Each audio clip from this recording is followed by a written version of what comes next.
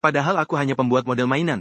Tapi aku berhasil menciptakan pesawat tempur generasi ke-7 paling canggih di dunia. Xiaori langsung terkejut setengah mati. Para jenderal bersedia mengeluarkan ratusan miliar untuk memohon gambar desainnya. Tapi aku tidak menerima sepeser pun. Dan menyerahkan seluruh data pesawat tersebut kepada negara. Namaku Lin Hai. Mahasiswa semester 3 jurusan teknik mesin Universitas Donghai. Pabrik mainan keluargaku yang hampir bangkrut itu. Bertahan hidup dengan susah payah berkat bisnis model pesawat. Tak disangka, gadis tercantik di kampus memesan model pesawat seharga 8 juta dariku. Sore itu aku sedang tidur sebentar di lantai 3 perpustakaan. Semalam aku membantu ayah menyelesaikan pesanan model pesawat terbang. Hingga pukul 4 pagi, sehingga mataku tak bisa terbuka. Lin Hai, ikut aku. Sebuah aroma jeruk menyapa. Pergelangan tanganku digenggam oleh tangan yang lembut, dan seluruh tubuhku ditarik dari kursi. Dalam keadaan setengah sadar, aku ditarik ke sudut gelap lorong. Saat aku melihat, ternyata orang itu adalah Zhou Ke'er. Hatiku berdebar kaget. Kantukku langsung hilang setengahnya. Zhou Ke'er dikenal sebagai sosok yang unik di Universitas Donghai. Tingginya 172 cm. Proporsi tubuhnya sebanding dengan model profesional. Yang paling penting, tubuhnya selalu tercium aroma jeruk yang lembut. Konon dia menggunakan parfum dari merek Nietzsche Prancis. Semua mahasiswi di kampus mencari tahu merek yang sama. Tentu saja, itu bukan intinya. Intinya adalah dia sedang menggenggam pergelangan tanganku dan menempelkanku ke sudut dinding. Dari jarak sedekat ini, aku bisa melihat lekuk bulu matanya. Mungkinkah dia akan menyatakan perasaannya padaku? Jantungku berdebar kencang seperti tulang rusuk. Zhou Ke'er melongok keluar sebentar.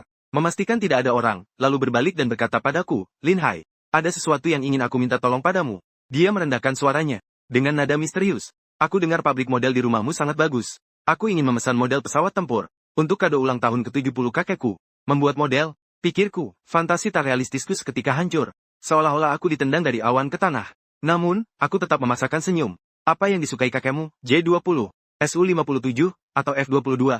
Model klasik seperti itu bisa kami buat. Detailnya presisi hingga tingkat milimeter. Bukan pesawat tua, kata Zhou Ke'er sambil menggelengkan kepala. Matanya tiba-tiba menjadi serius. Kakekku adalah pensiunan angkatan udara. Keinginan terbesarnya seumur hidup adalah agar Tiongkok memiliki angkatan udara terkuat di dunia. Dia sering berkata, kapan pesawat kita bisa mengungguli Amerika Serikat? Barulah dia bisa meninggal dengan tenang. Jadi, aku ingin kamu membuat pesawat tempur yang seakurat mungkin, dengan bentuk yang keren. Dan semua fitur fungsionalnya dilengkapi. Dia harus melihat seperti apa pesawat tempur masa depan Tiongkok. Saat mengatakan itu, matanya bersinar. Tidak masalah. Aku mengangguk serius. Tapi kalau ingin dibuat seakurat mungkin dan dilengkapi semua fitur, harganya tidak murah. Badan pesawat seluruhnya dari logam. Kokpit simulasi. Panel instrumen yang bisa digerakkan. Serta lampu dan efek suara lengkap, biayanya sekitar 200.000. Tanpa ragu, Zhou Ke'er mengeluarkan sebuah kartu bank dan menyodorkannya ke tanganku. Kode sandinya 6/6. Di kartu itu ada lebih dari 8 juta. Aku kira aku salah dengar. 8 juta, ulangnya. Dengan nada datar, seolah-olah sedang mengatakan 800 yuan. Tunggu sebentar, otakku agak kaget. Kamu mau membuat model? Bukan. Pesawat sungguhan, kan? Dengan 8 juta bisa beli pesawat pribadi kecil. Aku mau yang terbaik. Zhou Ke'er menatap mataku. Ayahku bilang, pabrik model tetangga kalian punya teknologi rahasia. Cuma belum ketemu orang yang ngerti nilainya. 8 juta ini tabungan seluruhku. Lin Hai, aku percaya padamu. Dia mengeluarkan secari kertas dari tasnya dan menyodorkannya padaku. Cuma ada satu syarat, harus selesai dalam seminggu. Setelah selesai, kirim ke alamat ini. Setelah berkata begitu, dia berbalik dan berlari. Rambut ekor kudanya melengkung di udara. Aku berdiri di tempat, menunduk melihat kartu bank dan secari kertas di tanganku. Di kertas itu tertulis sebuah alamat. Kompleks Markas Besar Militer, Jalan Chang'an, Distrik Barat Kota Beijing. Kompleks Markas Besar Militer. Siapa sebenarnya Zhou Ke'er? Bagaimana seorang mahasiswa bisa memiliki lebih dari 8 juta? Dan bagaimana dia tahu pabrik model di rumahku memiliki teknologi rahasia? Tepat saat itu, sebuah suara bergema di benak kuding. Sistem teknologi mendeteksi tuan rumah telah mendapatkan pesanan besar. Memicu hadiah poin khusus. Poin saat ini telah mencapai syarat aktivasi. Apakah akan diaktifkan? Tubuhku bergetar. Akhirnya datang juga.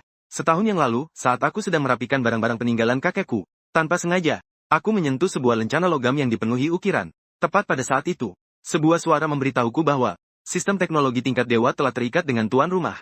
Sistem mengatakan bahwa jika aku mengumpulkan cukup poin, sistem dapat diaktifkan dan aku akan mendapatkan poin teknologi tingkat atas. Bagaimana cara mengumpulkannya? Yaitu dengan membuat model teknologi untuk dijual. Atau belajar pengetahuan teknologi secara gila-gilaan. Selama setahun ini, aku belajar seperti orang gila. Siang hari kuliah, malam hari membaca buku-buku khusus, dan tengah malam membuat model untuk dijual. Aku telah membaca habis semua buku di perpustakaan jurusan mesin. Tetapi sistem tetap tidak aktif. Poinnya terhenti di 9,800-an. Hanya tinggal selangkah lagi. Sekarang, pesanan 8 juta dari Zhou Ke'er langsung menambah 2,000 poin untuk mengaktifkannya.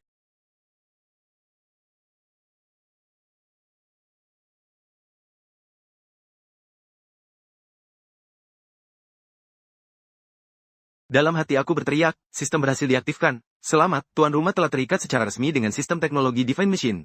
Hadiah pertama, sebuah platform pemrosesan super yang dapat dipanggil di ruang eksklusif, dengan kemampuan pemrosesan bahan dari 10.000 generasi. Hadiah kedua, saluran pembelian dari 10.000 generasi telah dibuka, memungkinkan pembelian bahan baku dan komponen dari berbagai sistem teknologi.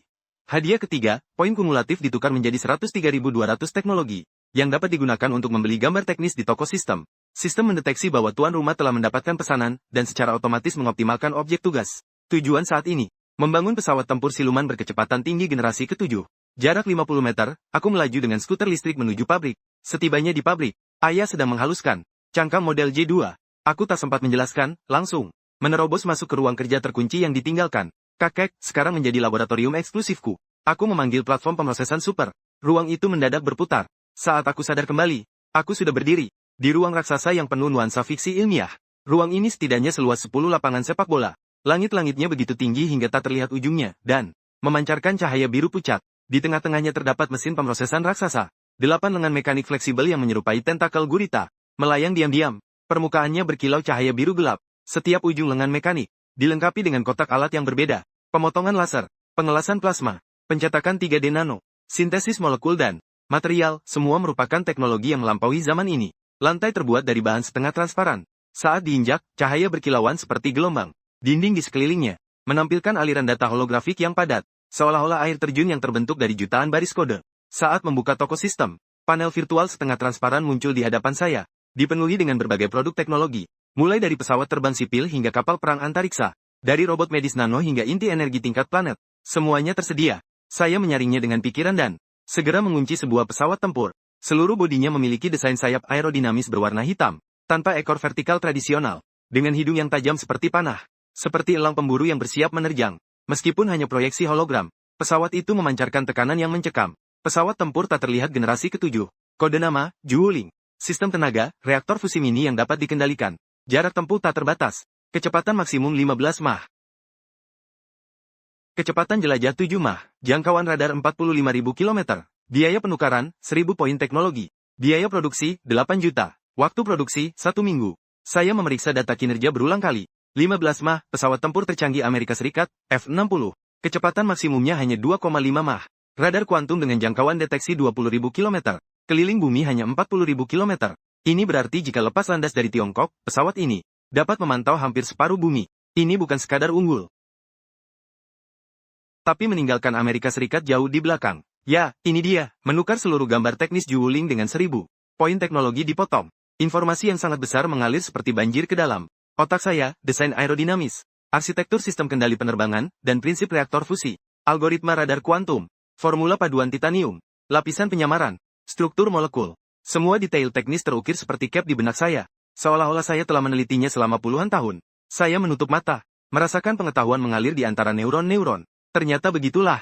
Inti dari Juuling adalah paduan titanium emas. Sebuah material komposit titanium yang diperkuat melalui struktur kristal khusus. Kekuatannya 8 kali lipat dari paduan titanium biasa. Namun beratnya hanya 2/3.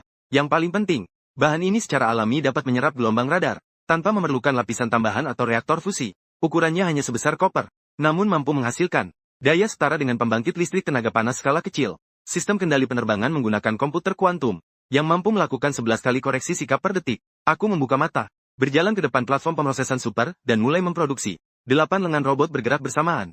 Berbagai bahan yang belum pernah kulihat muncul dari ketiadaan. Berkilau dengan cahaya logam paduan titanium berkilau. Inti fusi nuklir yang memancarkan cahaya biru lembut. Chip kuantum dengan presisi tingkat nanometer, dan kabel serat optik yang 100 kali lebih halus dari sehelai rambut. Saluran pengadaan lintas dimensi bergerak secara otomatis, mentransfer bahan baku yang dibutuhkan dari dimensi yang tak diketahui. Pada hari pertama, rangka badan pesawat terbentuk.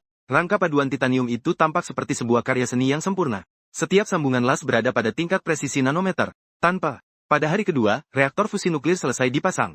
Saat reaktor dinyalakan untuk pertama kalinya, plasma biru tua beroperasi stabil dalam medan confinement magnetik. Seluruh ruang terpancar dalam warna biru yang memukau. Pada hari ketiga, susunan radar kuantum tertanam dalam bodi pesawat. Ribuan sensor mikro tersebar merata, membentuk jaringan deteksi 360 derajat tanpa titik buta. Beberapa hari berikutnya, sistem non-kendali menjalani pengujian. Komputer kuantum menghitung mengoptimalkan setiap kurva aerodinamis. Sistem senjata dipasang dengan ruang peluru terintegrasi, yang dapat menampung 6 rudal udara ke udara jarak jauh.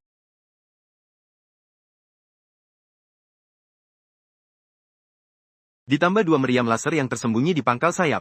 Uji sistem penyamaran menunjukkan dalam kondisi penyamaran menyeluruh, luas penampang radar pesawat ini hanya sebesar 1/1000. Pada hari ke-7, aku berdiri di ruang pemrosesan super, menengadah memandang raksasa di hadapanku, sebuah pesawat tempur super keren yang melayang diam di udara. 8 lengan mekanis telah ditarik kembali, berdiri tegak seperti seniman yang baru saja menyelesaikan mahakaryanya. Badan pesawat yang aerodinamis dan dinamis. Desain sayap terintegrasi, tanpa tonjolan yang berlebihan. Permukaan bodi yang seluruhnya hitam pekat, memancarkan kilau logam yang dalam, seperti kilat yang membeku. Tutup kokpit berwarna emas gelap, sehingga tidak terlihat apa yang ada di dalamnya. Lubang semburan vektor ganda di bagian ekor, seperti sepasang mata yang memanjang, menatap dunia ini dengan dingin, memberikan kesan fiksi ilmiah yang sangat kuat, seolah-olah pesawat ini datang dari masa depan. Proses pembuatan telah selesai, dan penilaian kinerja komprehensifnya sangat baik. Aku menarik napas dalam-dalam. Ini bukan sekadar model. Ini adalah pesawat tempur yang sesungguhnya. Namun, sekarang muncul masalah. Bagaimana cara mengangkutnya ke kompleks markas militer? Saat aku sedang bingung, sistem secara otomatis memberikan solusi, mode transportasi tak terlihat. Pesawat tempur ini dapat dilipat menjadi bentuk transportasi, sehingga tampilannya menyerupai model biasa. Sistem mengunci sebuah truk kargo khusus, memasukkan model ke dalam peti, mengirimkannya ke Beijing sesuai alamat yang diberikan Zhou ke Air. Sementara itu, badai yang cukup untuk mengubah tatanan dunia, sedang diam-diam berkecamuk di langit Beijing. Seminggu kemudian, di kompleks markas militer wilayah tengah, Zhou Zhenlong berdiri di depan jendela kantornya, memandang barisan tentara yang rapi di lapangan. Alisnya berkerut. Hari ini adalah ulang tahunnya yang ke-70. Sebagai salah satu dari 5 marsikal besar Tiongkok dan pendiri Komando Militer Pusat, ia telah melewati tak terhitung perang. 3 serpihan peluru masih tersisa di tubuhnya hingga kini. Para jenderal awalnya ingin mengadakan perayaan besar-besaran untuknya, namun ia menolaknya. Di tengah krisis negara, untuk apa mengadakan kemeriahan? Akhirnya, sebagai kompromi, diadakan latihan militer. Sebagai penjagaan, namun Zhou Zhenlong tak bisa merasa gembira. Ia berbalik, memandang peta elektronik raksasa yang tergantung di dinding. Peta itu menandai jejak invasi pesawat militer, negara cantik, ke wilayah udara Tiongkok selama setahun terakhir. Garis-garis merah yang padat, bagaikan jaring berdarah, dari Laut Timur hingga Laut Selatan, dari Laut Kuning hingga Selat Taiwan, mengelilingi peta Tiongkok dengan rapat. 362 kali Zhou Zhenlong meninjuki atas meja. Selama setahun ini, Amerika Serikat telah menyerang wilayah udara kita sebanyak 362 kali. Radar tidak bisa mendeteksinya, rudal tidak bisa menghancurkannya, pesawat tempur tidak bisa mengejarnya. Mereka datang dan pergi sesuka hati, memperlakukan wilayah udara kita seperti taman belakang mereka. Matanya berkaca-kaca, suaranya serak. Aku sudah bertempur seumur hidup, tapi belum pernah merasa sebegini tak berdaya. Kapan kita bisa membuat senjata yang bisa mengimbangi Amerika Serikat? Aku akan mati dengan tenang. Ayah, Zhou Guohua segera memotong, hari ini adalah. Jangan bicara begitu. KR bilang sudah menyiapkan kejutan untuk Anda. Seharusnya sebentar lagi tiba. Begitu mendengar nama cucunya, raut wajah Zhou Zhenlong langsung melunak. Zhou KR adalah cucu perempuannya yang satu-satunya. Permata di telapak tangannya. Anak ini tumbuh besar di kompleks perumahan militer. Saat gadis-gadis lain bermain boneka Barbie, dia bermain model pesawat dan tank. Pada usia 18 tahun, dia sudah mendapatkan lisensi pilot pesawat layang. Kalau bukan karena dia yang menghalangi, gadis itu bisa mengikuti ujian pilot pesawat tempur. Saat sedang berbicara, seorang penjaga masuk dengan langkah cepat untuk melaporkan bahwa ahli militer Amerika Serikat, Smith, datang mengunjungi. Katanya untuk menemui asisten kepala staf umum.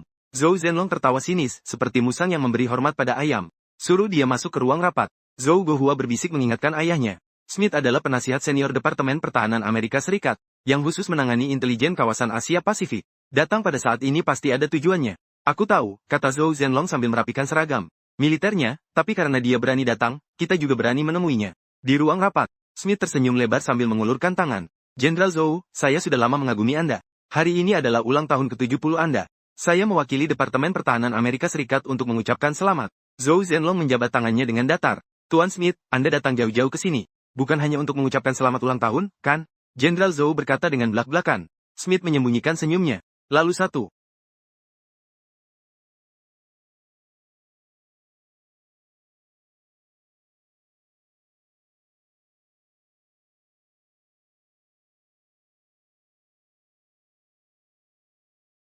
Dokumen, saya datang hari ini, selain untuk merayakan ulang tahun, ada satu hal lagi. Saya harap Tiongkok bersedia melepaskan wilayah No. 97 di perbatasan dengan India. Tidak mungkin, Zhou Zhenlong menepuk meja dengan telapak tangannya. Tiongkok tidak akan melepaskan satu inci pun wilayahnya. Menunjukkan wilayah sesuatu kepada 97 layar tablet itu adalah wilayah pesawat dengan bentuk yang tidak ada ruang untuk negosiasi mengenai hal ini. Jenderal pesawatnya jangan terburu-buru, kata Smith dengan tenang, sambil mengeluarkan sebuah dan. Seperti kelelawar yang diremas, ini adalah pesawat pengintai siluman terbaru yang kami kembangkan, Ghost. Ketinggian terbang 36.000 km, kecepatan 4,5 Mach. Dengan area pantulan radar setara seekor lebah. Wajah Zhou Zhenlong dan Zhou Guohua langsung berubah. Area pantulan radar setara seekor lebah? Itu berarti, tidak ada sistem radar yang ada saat ini yang mampu mendeteksinya. Sekarang, Smith tersenyum sambil menyetel frekuensi. Dan dua pesawat hantu pun melayang-layang di atas wilayah militer Anda pada ketinggian 36.000 km. Apakah radar kalian bisa mendeteksinya? Zhou Zhenlong langsung berdiri. Kamu berani? Jangan panik. Jenderal Zhou. Smith mengangkat kedua tangannya. Ini hanya penerbangan bebas yang normal. Sesuai dengan hukum internasional. Dia menaikkan suaranya. Ghost 1. Laporkan apa yang kamu lihat. Suara pilot terdengar dari pengeras suara. Ini Ghost 1. Sedang melaksanakan misi pengintaian di atas wilayah militer tengah Huaxia. Ketinggian 36.000 km. Kecepatan 4,2 Mach. Di bawah terlihat markas batalion ketiga divisi Zanjia. Koordinatnya telah dicatat. Di dalam area markas terdapat sekitar 80 tank. Dengan model 99 sebagai tank tempur utama. Di sisi timur terdapat pangkalan rudal pertahanan udara. Radar dalam keadaan aktif. Mereka sama sekali tidak mendeteksi kita. Tangan Zhou Zhenlong sedikit gemetar. Benar-benar pesawat musuh ada tepat di atas kepala kita. Mereka melihat susunan militer kita dengan jelas. Sementara radar kita kosong. Zhou Gohua berlari ke ruang komando. Layar radar tampak tenang. Tidak ada sinyal abnormal. Dengan teleskop optik, ia segera memerintahkan. Pengamatan, laporan masuk. Dengan teleskop optik berdaya tinggi, dua pesawat tadi kenal terlihat di wilayah udara yang ditentukan. Namun radar sama sekali tidak bereaksi. Senyum Smith semakin cerah. Jenderal Zhou, mengenai wilayah 97, saya harap Anda mempertimbangkannya dengan serius. Jika Huaxia bersedia melepaskan negara cantik, kami dapat memberikan kompensasi di bidang lain. Misalnya melonggarkan pembatasan teknologi terhadap Tiongkok dan mengizinkan negara Anda mengimpor sebagian chip canggih. Anda mengancam saya. Bukan ancaman. Ini saran baik hati kata Smith sambil menyilangkan kaki. Negara Indah memiliki teknologi militer terkuat di dunia. Hantu hanyalah puncak gunung es. Kami berharap menjaga hubungan baik dengan Huaxia. Tetapi syaratnya adalah, Huaxia harus menghormati tatanan internasional yang ada. Zhou Zhenlong mengepalkan tinjunya. Kuku-kukunya menancap ke telapak tangan. Ia tahu apa yang dimaksud Smith. Yang disebut tatanan internasional yang ada, adalah bahwa negara Indah selamanya berada di atas segalanya. Sementara negara lain selamanya berada di bawah. Tepat pada saat itu, radar Bing berlari masuk dengan keringat bercucuran. Melaporkan penemuan sebuah pesawat terbang. Berkecepatan tinggi, melebihi 5 Mach. Dan masih terus mempercepat. Smith mengangkat alisnya. Hanya 5 Mach? Hantu bisa dengan mudah menghindarinya. 6 Mach. Senyum Smith sedikit membeku. 7 Mach, dan masih terus mempercepat. Smith tiba-tiba berdiri. Menatap layar radar dengan tajam. Sebuah titik cahaya terang. Sedang naik dengan kecepatan yang tak terbayangkan. Dari 10.000 meter menuju 30.000 meter. Kurva kecepatannya seperti garis lurus yang tak terputus. Tidak mungkin, seru Smith. Pesawat apa yang bisa mencapai 7 Mach? Di saluran komunikasi, terdengar suara terburu-buru pilot GHOST-1. Pangkalan, ada pesawat tempur tadi kenal mendekati saya. Kecepatannya melebihi 7 Mach. Dipastikan bukan pesawat kita. Dia meluncurkan rudal. Hindari, segera hindari. Smith berteriak, kecepatan rudal melebihi 10 Mach. Kita terkunci. Sistem kendali tembakan berbunyi alarm penuh. Tidak bisa lepas. Dua ledakan keras meledak dari saluran komunikasi. Lalu disusul suara bising arus listrik yang menusuk telinga. Komunikasi terputus. Ruang komando hening seketika. Wajah Smith pucat seperti kertas, bibirnya gemetar tak mampu berkata-kata. Pesawat Ghost yang baru saja ia banggakan. Pesawat pengintai siluman tercanggih Amerika. Dalam waktu 30 detik saja, ditembak jatuh seperti lalat. Zhou Zhenlong yang pertama kali menyadari. Segera mengirim tim pencarian dan penyelamatan untuk mencari puing-puingnya. Jangan lewatkan satupun pilot yang terjun payung. Dia berbisik kepada Zhou Gohua. Soal penyegelan berita ini. Sebelum semuanya jelas. Jangan bocorkan sepatah kata pun. Setelah orang-orang Amerika itu pergi, Zhou Zhenlong langsung mencengkeram lengan petugas radar, pesawat tempur itu. Sekarang di mana? Dari pasukan mana? Prajurit radar itu berkeringat dingin melaporkan. Sinyal target menghilang. Hilang sepenuhnya dari radar. Sepertinya dia bisa menghilang. Menghilang. Radar kita memang tidak bisa mendeteksi hantu, tapi dia bisa.